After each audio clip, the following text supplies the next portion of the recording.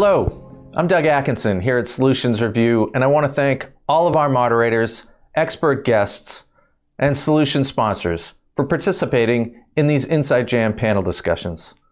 This has been a big year of changes with the launch of the all-new, always-on InsideJam.com community site.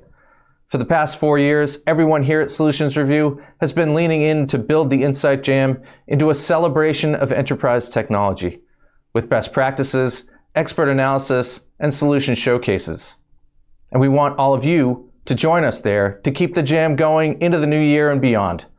If you haven't joined Insight Jam, please do. And if you already have, take a moment to invite some of your colleagues. And again, thank you all for being here and enjoy today's discussion. Solutions Review presents Inside Jam, a social media community for enterprise technology. Hello and welcome back to Inside Jam Live. My name is Jonathan Paul. I'm the Director of Multimedia and Virtual Events here at Solutions Review. And I am pleased to bring in our next group of panelists as we continue Work Tech Wednesday and learn how to harness generative AI in the enterprise with real use cases. It is going to be a great discussion. We have assembled experts from around the globe to help with that, including our moderator, Dan Aldridge. So let's kick it off with some introductions, 30 seconds or less. Tell the audience a bit about yourself and what excites you about today's topic. Dan, we'll start with you, Jonathan, and then go clockwise from there.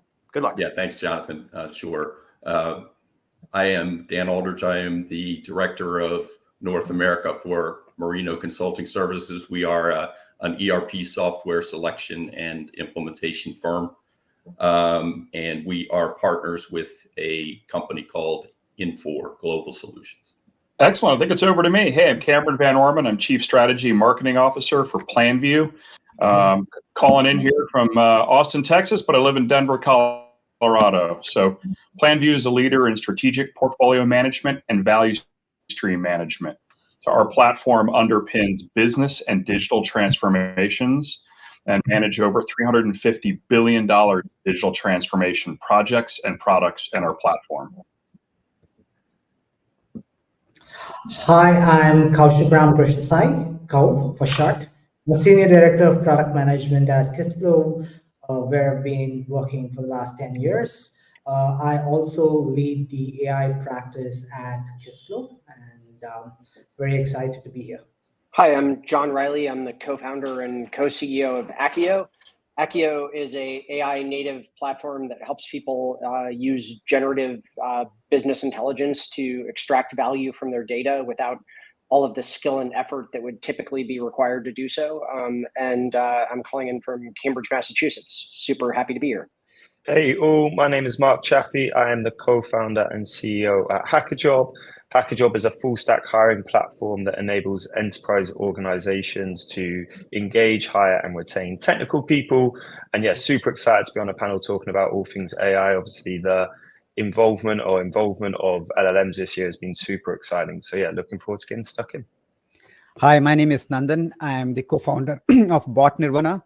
At Bot Nirvana, we are a community empowering business leaders with AI and automation. I'm passionate about technology and AI, and there's many use cases which has come out after Gen AI has been released. So look forward to this discussion. Great, thanks, guys. So I think I'll go ahead and get things kicked off with my first question. First question is for Nandan. In your experience, what are the most effective practical use cases for generative AI, and how do they provide businesses with tangible benefits? Yeah, thank you, Dan. Thanks for that question. And as I said, I'm passionate about AI and the Gen AI in general, and I think it's changing the paradigm in terms of where we are going with technology. So far, we've been telling the computer explicitly what we need to do. Gen AI is basically intelligent enough to understand and come up with so many powerful use cases. I'm seeing Gen AI being used a lot in marketing and sales initially right now, because Gen AI is a generative AI technology. So you can generate blog posts, you can generate videos, you can generate social media posts. Also, it's being used in sales for like chatbots for lead generation. It's used in sales for call insights. So a lot of things I'm seeing in the marketing and sales space. The second biggest area I'm seeing this being used is in terms of customer service. For example, in retail or manufacturing, where you want to improve your customer service and customer experience. The Gen AI is being used a lot. Also in IT, believe it or not, there is this GitHub Copilot. I've heard from people who say that the AI does coding better than me because it incorporates the best practices, well as we tend to skip those things. So it's used a lot in IT. And yesterday I heard a use case from someone. He was saying that it is being used for detecting insights from doctor transcription. So basically in healthcare. So across the board, we are seeing a lot of use cases that's popping up with Gen AI, and it's just a start, right? And you asked about the impact, the tangible benefits. So I have an actual framework to understand use cases for understanding the impact versus what is the capabilities of AI. So, look at the levers that you have in terms of what you can achieve with an organization. And generally, there are 4 levers, which is one is increasing your revenue. Second is maybe decreasing the cost. Third is improving people experience. And this is very important. And as I just said, the customer experience is one of the areas Gen AI is being used. And fourth is compliance. And maybe there are more. But look at your levers and look at the evolving capabilities of AI. So, for example, AI, Gen AI or even AI can do a lot of automation. And I've been in automation for long. And we started with RPA, and now we are moving to this Gen AI space, which is making it much more powerful. So automation is one area. So like for example, if you look at finance and automation, how about automating the month-end closures, right? Another is content creation. Is another area that's come up with generative AI, because it's basically a text generator, and it can generate good text intelligently, right? And so that can be used in marketing. How about using marketing, using the content creation feature of Gen AI to create your brochures, create your websites, and so on, right? Summarization is another feature that has come up, and so summarization is a capability where you can summarize the call insights, for example, or the documents. So basically, so many things which are capabilities that has come up, like software development, chatbots, extraction, translation. A lot of this with the AI that's coming up, and you'll see a lot more of these capabilities come up. So look at each of those capabilities and how it can impact your levers of impact, like your revenue, cost impact, or people experience. So yeah, I mean, plethora of use cases that is coming up, and I'm truly excited to see that. Yeah, great. So I have a follow-up. I pick up on one of your threads there in manufacturing. What are the kind of the best examples of, because I've seen in finance, it'd be like an invoice receipt matching RPA and, that kind of workflow process automation. But I'm curious about manufacturing, what you think about the automation there. Yeah, manufacturing has been surprisingly one area where people are embracing Gen AI pretty quick. I mean, in the previous wave, it's been a bit behind, but I think now it's moving ahead quicker. I see that it's being used in quality control, like for defects. You can use the vision capability to detect the defects and even come up with alerts in terms of, these are the defects that is shown, and maybe these are the ways to fix it. I see the application with like HoloLens, in terms of using HoloLens and the Gen AI giving instructions to somebody who is trying to assemble things on, let's say, a car or any of these manufacturing facilities. It can help with the process planning areas. So and generally across, right, like whether it is finance, marketing, sales, across in manufacturing too, it can impact and help you improve manufacturing. So kind of combining it with the VR technology, possibly, right? Yeah. I mean, that's one more thing I see across. Yeah. Right. Yeah, like the VR technology, the quantum technology, everything is coming together. So that would be another interesting area to see, especially in manufacturing. Great. So Cameron, I'm curious. Nandan, I think, mentioned that manufacturing is one of the industries that's kind of had a buy-in for generative AI. I'm curious as to what you think about how do you improve that employee buy-in, and there are kind of any roadblocks that you see with companies trying to adopt Gen AI. Yeah, thanks, Dan. Look, the first thing is really communicating the benefit of AI, right? There's a lot of fear, a lot of FUD. Is it humans versus machines, which is silly, right? It's humans plus machines driving such better business impact. And so if you communicate the value by integrating Gen AI and machine learning and other classic AI capabilities, companies are able to make significant advances and achieve better business outcomes. The employee population cares so much about finding meaning in their work, right? They don't want to just show up and kind of be a thoughtless component or cog in the machine. They want to have meaning and value. And by explaining how leveraging Gen AI and even classical AI, you can interrogate the data, you can bring rapidly that insight and intelligence gaps, speed time to value, enable confident strategic decisions. Mm-hmm. So I think a lot of it is around communications, value, understanding. Hey, as an employee, the impact you can have is so much greater if you leverage this. I mean, think about it. If you have a data scientist on one shoulder who's helping you interrogate data from a variety of systems, how much better your decision making can be, how much faster your company can adapt and have impact. You as an employee can have a lot greater impact. So it's communication about the why. Right. That's excellent. That's excellent. So I think also that if people are scared, if you make it an opportunity, as you said, I'm in the enterprise software world, right? So if I come in with an ERP system, let's say, first thing people think is, oh my gosh, I'm going to lose my job, right? And right. Gen AI, I think, has the same impact a bit. Well, there's a bit of fear out there, but I think the way you explained it is exactly right. And that's the way we usually explain what's coming with the new system, is that you can get rid of a lot of the menial tasks and automate those tasks, and then kind of move forward with the analysis piece, and then have Gen AI be a help there. Yeah, Dan, here's an interesting stat is that we found in looking at digital value streams at companies, 40% of the digital effort is wasted for a variety of reasons, right?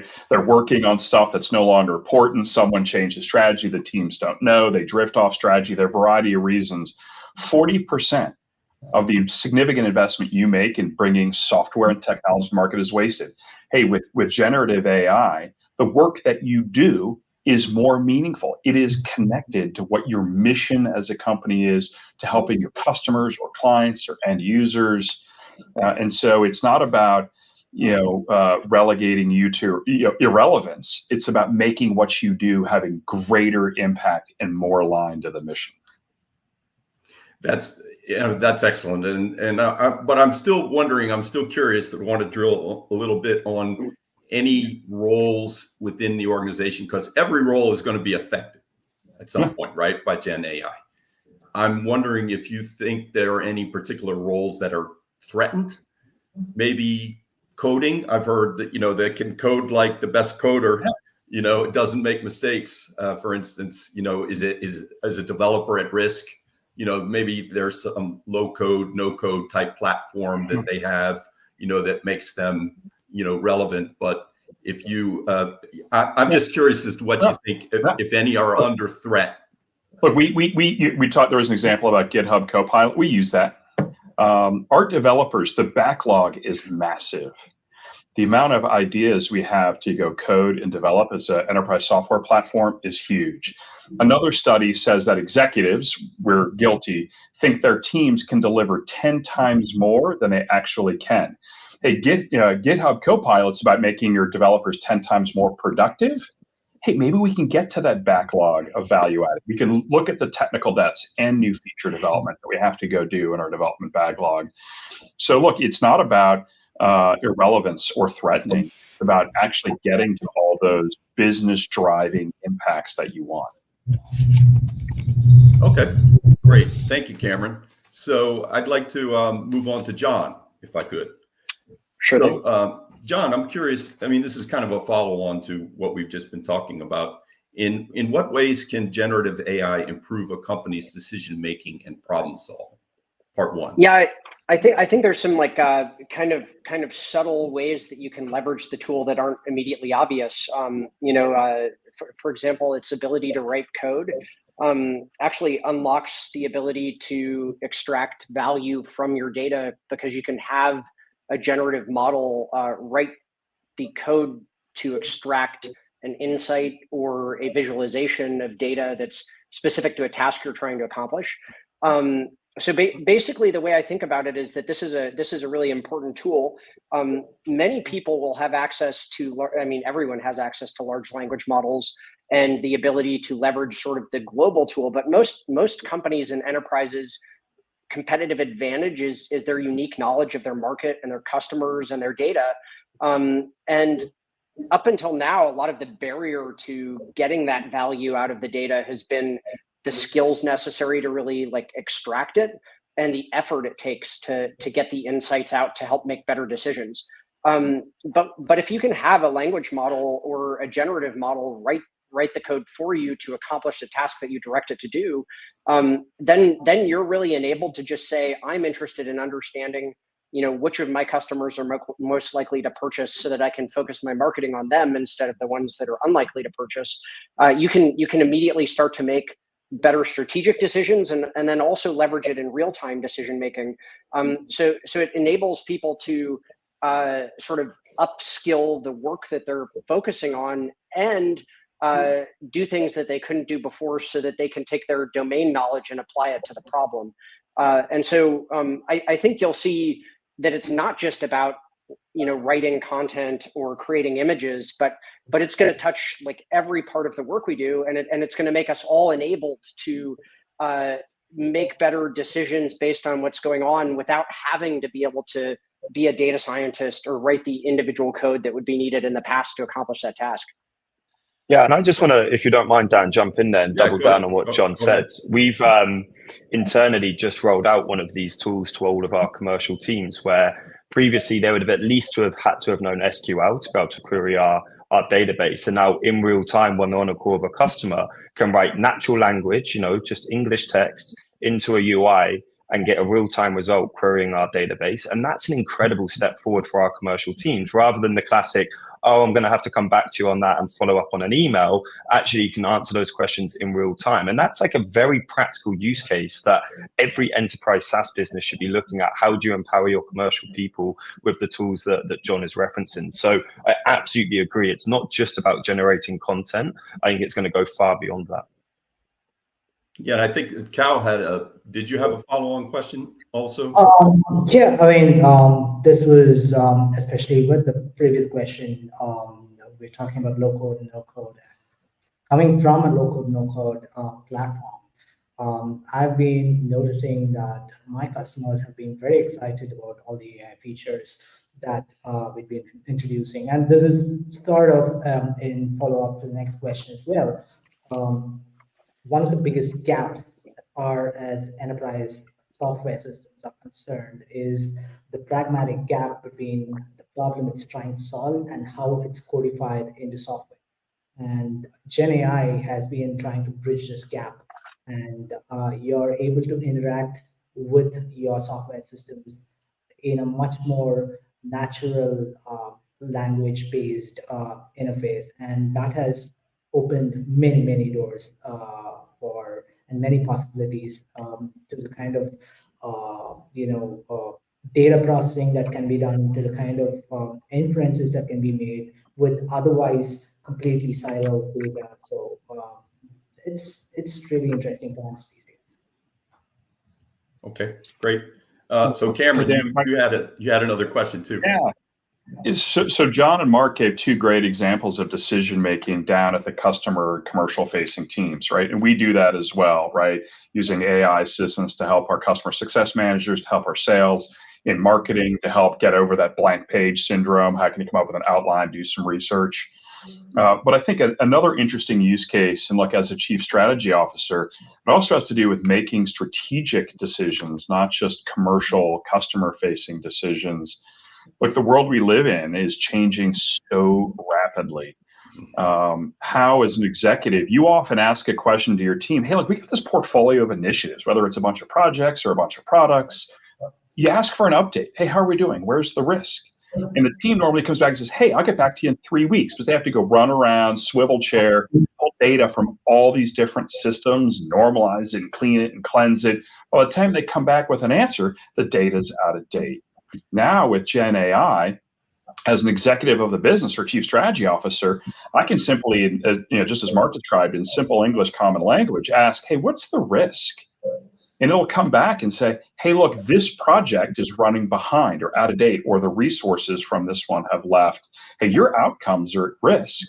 Great. Hey, what should I do about it? Hey, I see this project, you can delay this a little bit based on the objectives and key results you have and the resources. Where, Gen AI now, instead of taking 3 weeks to answer that how am I doing question on, I'm spending $100 million on digital transformation for my large bank. I don't have 3 weeks to wait to get an answer. I want the answer in 3 minutes. And I want it to recommend what we should do differently within our project and product portfolio to hit the outcomes I want. So it's not just, there's a lot of benefit in marketing, there's a lot of benefit in commercial terms, but in strategic decision-making and adapting your strategy, it has huge impact there. Yeah, it sounds like it's project management also. It's starting to affect project management and assessment. I mean, we do digital transformation work and also change management. So digital transformation type readiness assessments and business process, re-engineering and things like that. Sounds like it could really start to be helpful in those areas because, these things take a long time, right? These ERP systems, things, they take a long time to do, even if it's an upgrade and speeding up the process of the project management. I hear some and on the decision making and the calibration of that. You're right. There's this classic like watermelon syndrome as you're looking at a portfolio of projects and they all are green until they're red, right? That's the classic. We're green, good. Well, we'll figure it out. Look, classic AI, you can look at the language in the comments between the team and it can extract the sentiment based on the language they're using. Right. That's another insight about, hey, are your projects on time or track or budget? In addition to using, Nandan talked about summarizers and other ways to go aggregate and look at the portfolio of risk. But how about, am I on time? That's a question that's simple to ask, but hard to get answers to. Yeah, exactly. So, all right, great. That's a nice thread. So, Mark, I want to move to you. You haven't had a chance to talk. So I wanted to ask you a quick question here. Let's see. Are there any specific guidelines or best practices that you have for ensuring responsible and ethical use of generative AI? Because I know ethics is a big issue here when you start talking about how do these models learn and everything and what kind of biases that they might have and things like that. At least that's in the news. Yeah, totally. And look, we play in a very important and emotive space in the hiring world. And there was a very publicized incident with one of the big tech companies that moved to an automated AI decision-making process in their hiring process, realized that their data set was inherently biased and that AI was making inherently biased decisions. So it's a super emotive topic for us and something that we've spent a lot of time considering. I think the two main things I'd say on it is one, kind of how we think about it, and then two, the wider potential for regulatory capture and the issues that there might be there. The way that we've approached our use case of generative AI, and as a quick summary, we're helping companies improve their diversity and inclusion by using generative AI, which might sound like an oxymoron given all the risks around bias and training data sets. But what we're able to do with our end customers is measure the impact of the generative AI tools that they're using on our system against specific characteristics. So after 30, 60, 90 days of implementation, they're able to measure the impact across gender, across ethnicity, across neurodiversity, and many other different characteristics to see, is this having a positive or negative impact? And I think that's really important as all of us, as we're building AI solutions, that we do have ways to sense check what AI is doing and the impact that it is having to ensure that it is fair, like I said, especially in something as emotive, as important as hiring. I do think that we also have a risk of being too cautious. There's a new executive order that's been signed in the White House, and there is definitely a risk for regulatory capture to come in. And ultimately, only the incumbents are going to benefit from that. You know, the large technology businesses that have the ability to do some of the things that the US government is going to potentially ask us to do, you know, which I think is practically pretty unrealistic. And we're already seeing it at state levels. You know, New York have already introduced an anti-bias AI law that we now have to comply with, and it definitely impacts what we're doing from a development perspective. We roll out products in the UK much quicker than we roll them out in the US right now, which is super interesting. So I think it's a really tricky balance to get right between, you know, at the end of the day, we need to protect consumers 100%, but we also don't know what this technology is going to be. And I think Cameron hit the nail on the head at the start.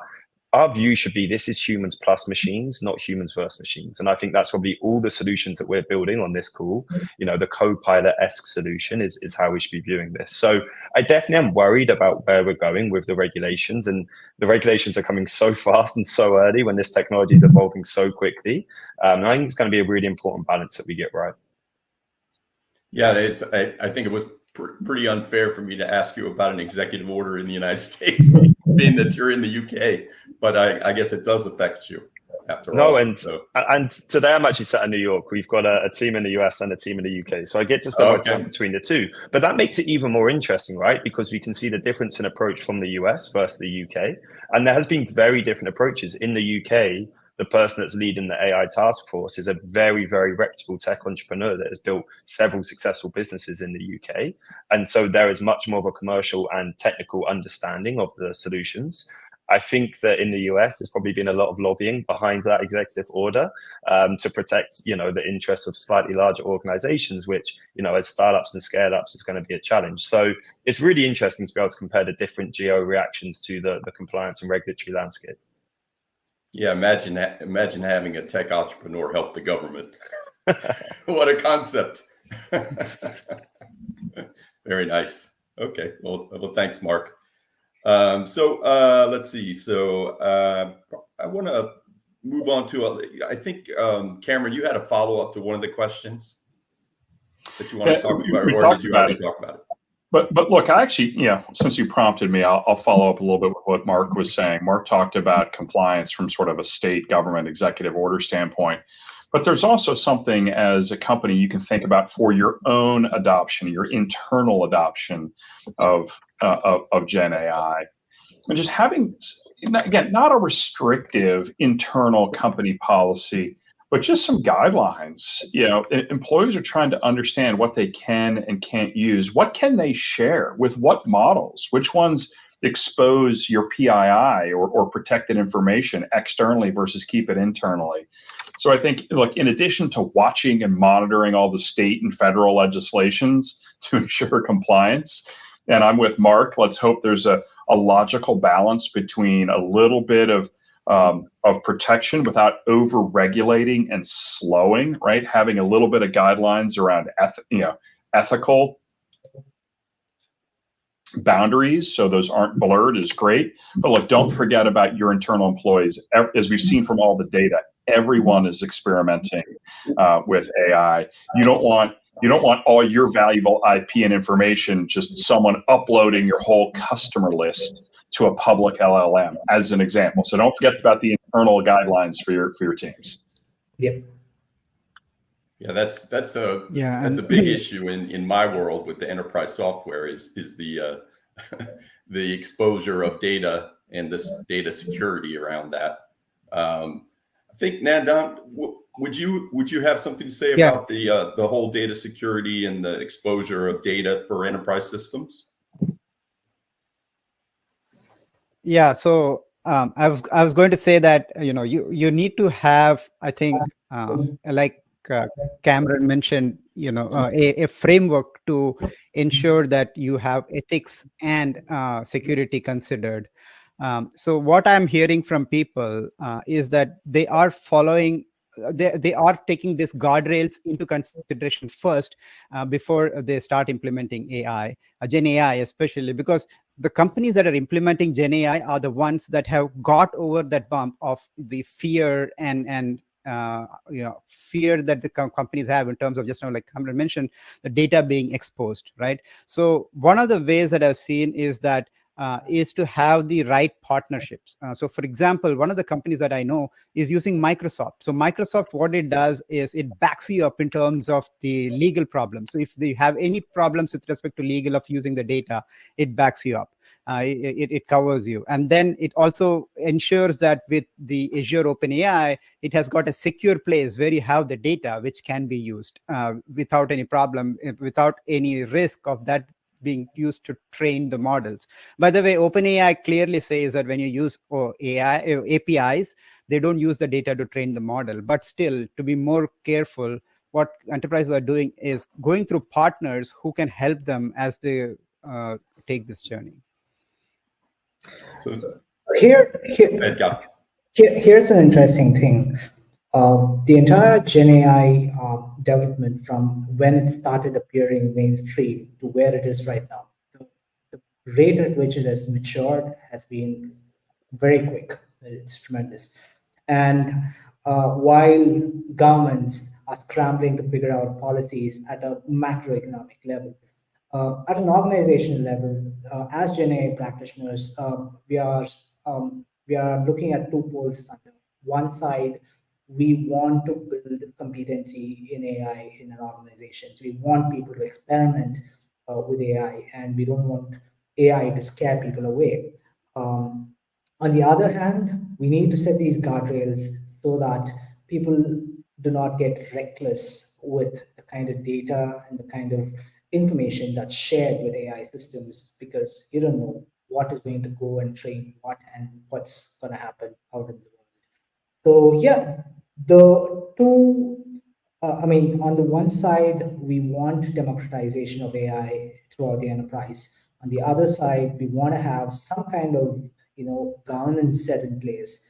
And it's been a very delicate balance, but this balance is something that every organization is like going through, especially if they are very upfront and if they want to be forerunners as far as adoption of Gen AI is concerned. Okay, excellent. So one of the examples, go ahead. One of the things I've seen, Dan, is to what Kaushik Ram mentioned is, building internal chat GPTs. So what they've done is they have blocked everything with respect to AI. So they can't, the employees cannot access chat GPT or Claude or any of these open AIs, but they have built an internal chat GPT like thing, which uses the internal data. And uses data that is required. So basically, they can use it for work, and they are not also giving data to some, generic models like ChatGPT. The other thing, though, besides leaking data, is also making sure you have a good understanding of what you asked for and what you got, and that's also fairly tricky, right? If you're when you have a generative model write code for you, if you're not a software engineer or you can't write SQL, you're not really reviewing that and figuring it out. So, we've at least spent quite a lot of time building feedback loops so that we can tell you back in natural language, like exactly how we approach the problem that you asked for. And we spend a lot of time trying to surface the driving factors that are going into a decision. Because if you don't understand those, you're really kind of flying blind. And one thing that I've learned like pretty quickly is people aren't great at being very specific or explicit with natural language. They're often a little bit lazy in their asks, and you probably see this every day today when you ask an analyst to go bring you back an insight on a certain topic. It may take a few times back and forth before you get that right insight. It's a natural language specificity problem. And so, I think everyone needs to be a little bit careful about making sure they're getting what they're asking for when they're working with large language models to do complex tasks. And I think, John, that just reinforces the point, right? That this has got to be humans plus machines. I think there is so much fear around AI generally automating jobs and replacing jobs. And I think the framing's got to be that this is going to turn every knowledge worker 10x more effective.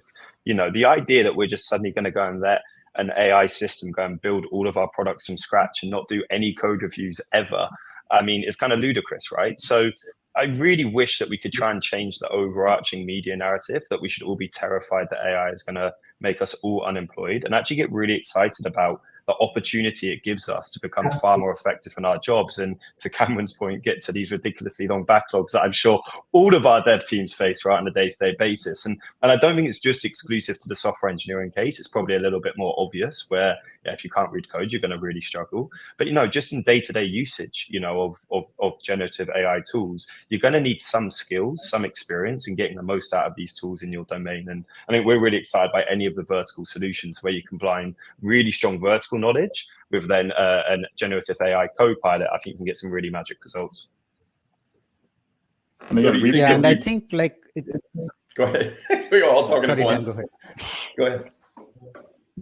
Okay, so no, what I'm saying is, the way I like to look at it is, you are developing a partner for yourself to work better, and that's the way I like to see it.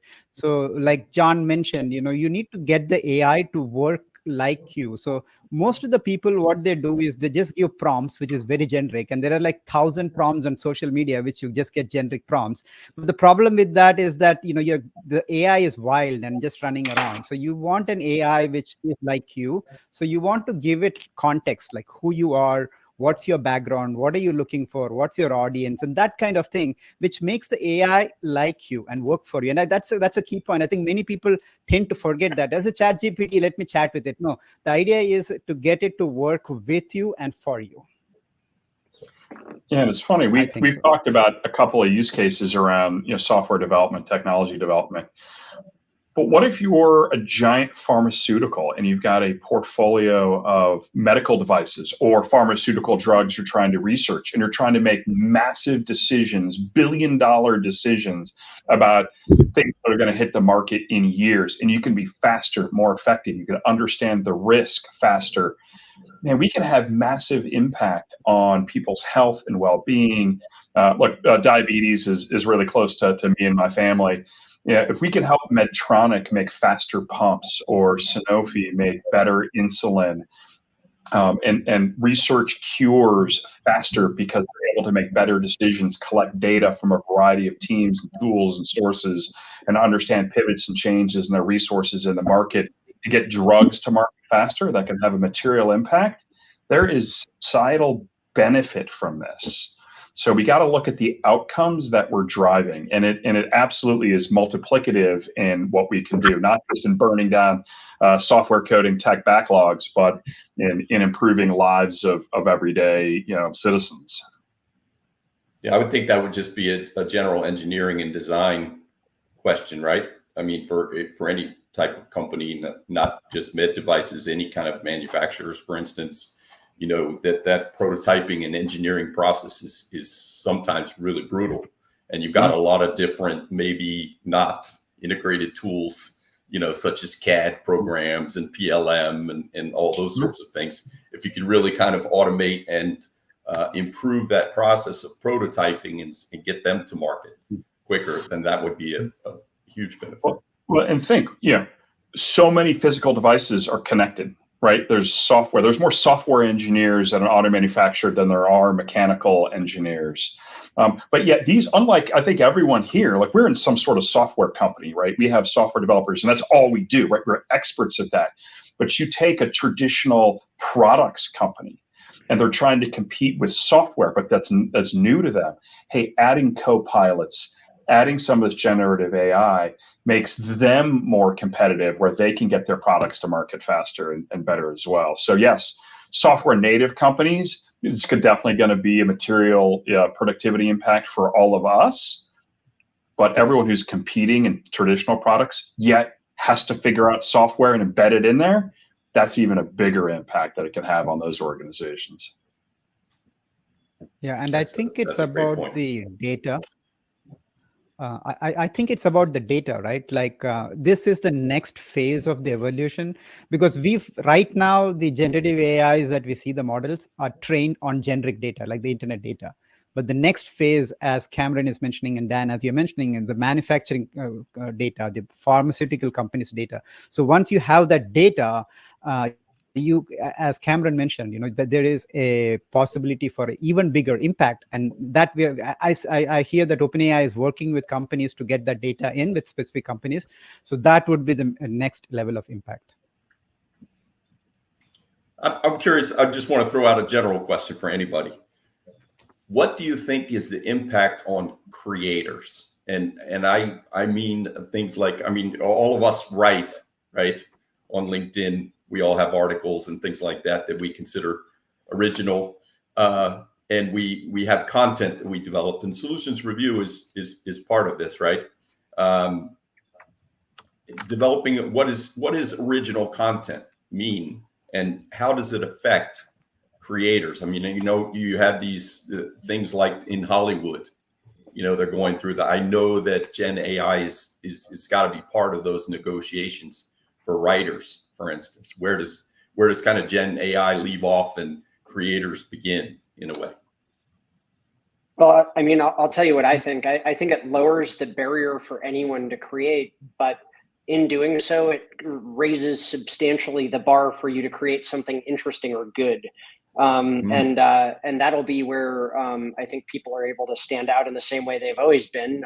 But there's going to be way more people stepping up to the plate and taking a swing at creating things, or even building companies now is going to get easier, right?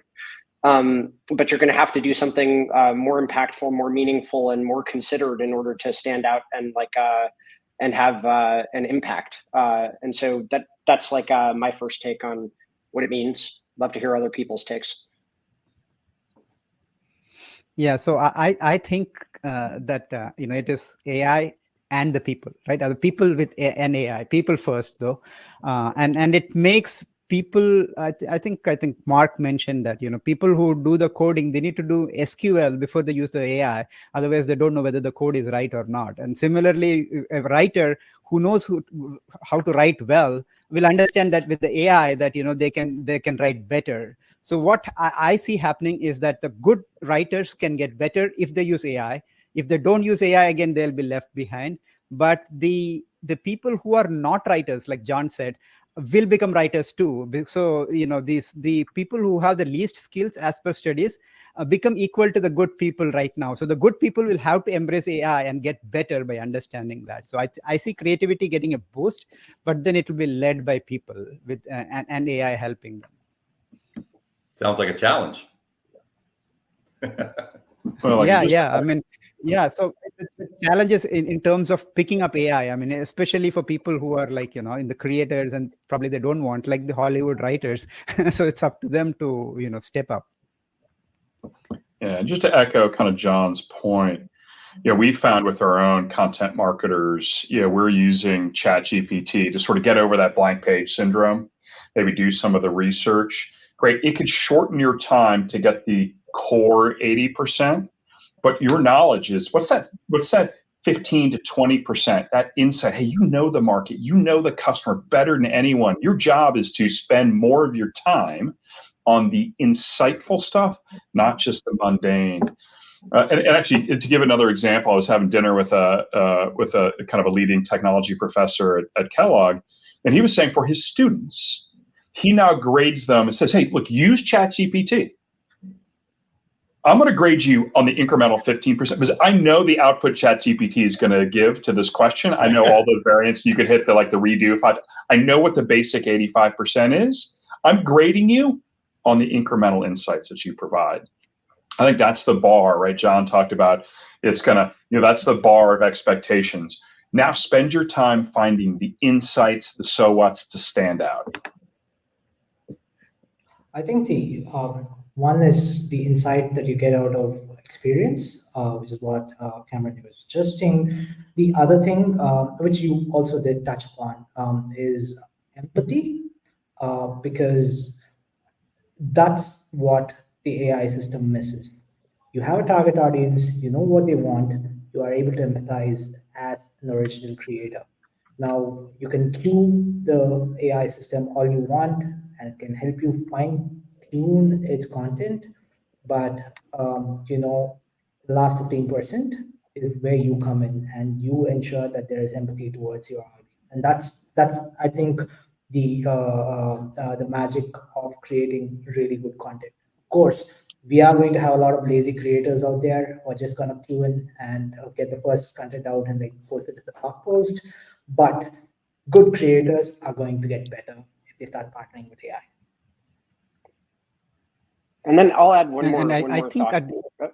Sorry, sorry. Just quickly, one more thought is, I think we're also early in seeing how good large language models are going to get, and I think it'll be interesting to watch like where they eventually limit. And I expect them to get substantially better from where we're at today. I don't think anyone can really say how much better before they start to level out. And so, does it end up being the incremental? Like, I think today it's realistically like 40% of the content you have to put on top of it, or is it 10% that you can do that's differentiated? So we'll have to watch and see how that plays out. Yeah, so go ahead, I, Nandan. I didn't I mean to was just interrupt. going to. No problem. Thanks, John. No, I was just going to add that I think at the end of the day, it depends on people what they accept, right? What do they accept as right? So, for example, Google has come out and said that I don't care whether you use AI or not, as long as the content is good, I'll index it. And I think that's the same with people. People will go with what they see as the best, and they will embrace it. So, at the end of the day, it is the people who will decide what is a good creative output there. Okay. I think, Jonathan, should we move on to some final comments? Yes, that would be a great idea. Time check. Yeah. So, final thoughts, Cameron. What's your sort of takeaway thesis on the topic today? Look, a lot of companies right now and executives are in experimentation mode, right? It's the largest adoption experimentation we've seen in history. But when you talk to them, they're hesitant. They want to understand the value that it's going to provide to the business. Look, I'll tell you, I love Jim Cramer on CNBC in the morning, but I'm tired of him talking just about the enablers of Gen AI as opposed to the business benefits, the applications of AI, and how it's going to make every business better, not just NVIDIA. So look, if you're an executive out there and you have large pools of messy data, and it takes you a bunch of time with slow or siloed decision making, team members are swiveling around, they need weeks to come back and answer basic questions. Those are trying to collect and normalize, interpret all that data. Gen AI can be a massive 10x improver in your business. Let's focus more on businesses driving incremental value than just the enablers of the movement.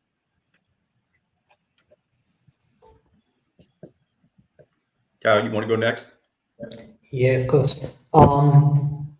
What I see right now is AI is being used as a patch to improve experience, be it creative experience, be it IT experience, be it customer success experience, sales, marketing.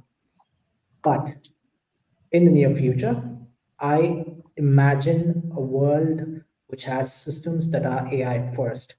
Back in the 2000s, we were speaking about cloud first, then came UX first, then came mobile first, and we are in the cusp of seeing AI first implementations, AI first softwares hitting the wide market, and these are going to bring a paradigm change in the way we operate. Traditionally, in every sector, right from manufacturing to high-tech engineering, we will have a huge change in the way we start working. John, you want to go next? Sure. Yeah. I mean, I'll keep it pretty simple. When we build our product, we ask everybody in the company, from engineers to marketers to executives, to use these tools to be more efficient in their delivery. And that's necessary as a startup or as a large enterprise. The more efficiency you can drive, the more effective you can be as a company at accomplishing your goals. And for anyone out there who isn't using these tools right now to make themselves faster and better, I'd suggest that you do. And it's not just one area, it stretches across every aspect of a business. Okay, Mark? Yeah, and I think building on what John said there, I think there's going to be the haves and the have-nots. Like, you have to enable these tools. If you don't enable and embrace these tools, you're going to get very much left behind. And I think that's where we've really got to move past this whole fear mongering around automation of jobs and actually just lean into the opportunity. I've never been more excited. I've worked in tech now for the last 10 years. I've never been more excited about the opportunity and the potential. And I absolutely believe that we will see these AI first applications that will fundamentally change the way we work. So if you're an executive, an organization out there listening to this panel, I think you absolutely have to be leaning in and empowering your teams to be leveraging these tools in whatever department. I wouldn't be limiting it anywhere, with some sensible guidelines. But as Cameron said earlier, they should be sensible guidelines. They shouldn't be too restrictive, because if you're not, your competitors will, and you'll very much get left behind. Great. Nandan? Yeah, so I'll probably repeat what others said. So I think that every job role, wherever you are, is going to be AI powered. Every business is going to be AI powered. So I think it's up to all of us, all businesses, to go from 0 to 1 in terms of Gen AI as quickly as possible. I see that companies who are going from 0 to 1 in Gen AI are doing two things. One is they're getting their organizations excited with use cases that work, like what we discussed today. And two is putting in the guardrails so that the initiative can get started and prove that that impact can happen. So pick the low-hanging use cases, the ones that can create impact, and get started as soon as possible. That's what I would say. And thank you, everyone. Thank you, Dan.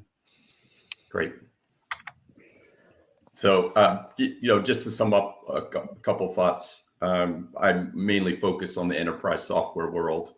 So I'm kind of looking to see what kinds of tools, co-pilots, that sort of thing, are going to be developed for the users, how they get reallocated when there's use cases that supplement or maybe even replace some of the more grunt types of workflows like invoice processing, and then also see how ERP companies or other software companies protect the data within the walls, so that AI doesn't can't reach in and grab that data inappropriately. So I'm just kind of watching it, and I see things like OpenAI and Sam Altman going over to Microsoft and then back, and things like that. It's a great influx, and I'm really looking forward to seeing what's coming in the next few weeks even. Thank you, gentlemen. That was a great discussion. Really appreciate all the insight you've shared over the last hour. But before we go, I want to prompt each of you to give some self-promo, whether you'd like to plug a website, your company solution, your own personal podcast, or LinkedIn profile. We'll go in reverse order as we have been doing. So, Nandan, let's start off with you. Hello, everyone. You can find me on LinkedIn, LinkedIn Nandan Mulakara. And we run a community, Bot Nirvana, for business leaders. So where we empower business leaders with AI superpowers. So encourage you to check out botnirvana.org, and we have our cohort happening right now. So join us. Thank you. Thank you very much. Mark. Yeah, I would implore any company out there that's looking to hire technical people at scale whilst also moving the needle on their diversity and inclusion objectives to go to hackerjob.com and learn more about how we're using generative AI to specifically improve the diversity and inclusion of your tech teams, but then also just doing some really cool things more generally, building out recommendation systems in how you find and discover really exceptional technical talent. Awesome. Well said. John.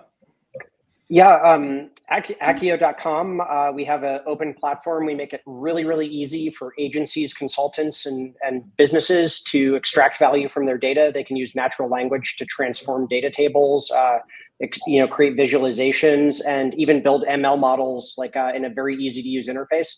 And there's a 2-week free trial. So I'd encourage anyone who's looking to get value from data to give us a go. Right on. Cal, how about you? From Kissflow. Kissflow is a low-code, no-code application development platform. We have customers across 100 countries. We are probably very much talked about in the citizen development space of application development. Do have a look at us and get your CADP journey started with Kisflow. Thank you. Cameron. Excellent. Hey, everyone, please go to planview.com. If you are looking at the Microsoft GitHub Copilot and you're trying to get 10x improvement on your development speed, look at the PlanView Copilot. Pairs nicely with GitHub. That helps you speed up from ideas to outcomes, not just the development time. 80% of your time is spent outside of development with all the decisions and bottlenecks and trade-offs and handoffs and wait states and waste that's in there. PlanView's Copilot can really help you speed your business impact, your throughput, and de-risk a lot of your strategic digital transformation efforts. Excellent. Dan, last but not least. Thanks. So pretty much everything you need is on my LinkedIn profile. I encourage you to reach out directly to me. I have a number of articles about ERP software, digital transformation, change management. These are the things that my company does. And also, I would invite you just to send me an email, and we can talk. Excellent. Thank you very much, one and all, for that excellent discussion. Thank you again for your time and your expertise. And for those watching at home, if you missed any portion of this panel and you came in late, you want to rewind it, you can check out the full replay at any time on the Solutions Review YouTube and LinkedIn channels. But I also encourage you to stay tuned to those same channels, because coming up in just a few short minutes, our next and last work tech panel of the day, how emerging technologies are affecting digital transformation. You don't want to miss it, so stay tuned for that. But until next time, thank you for watching. Hope to see you then.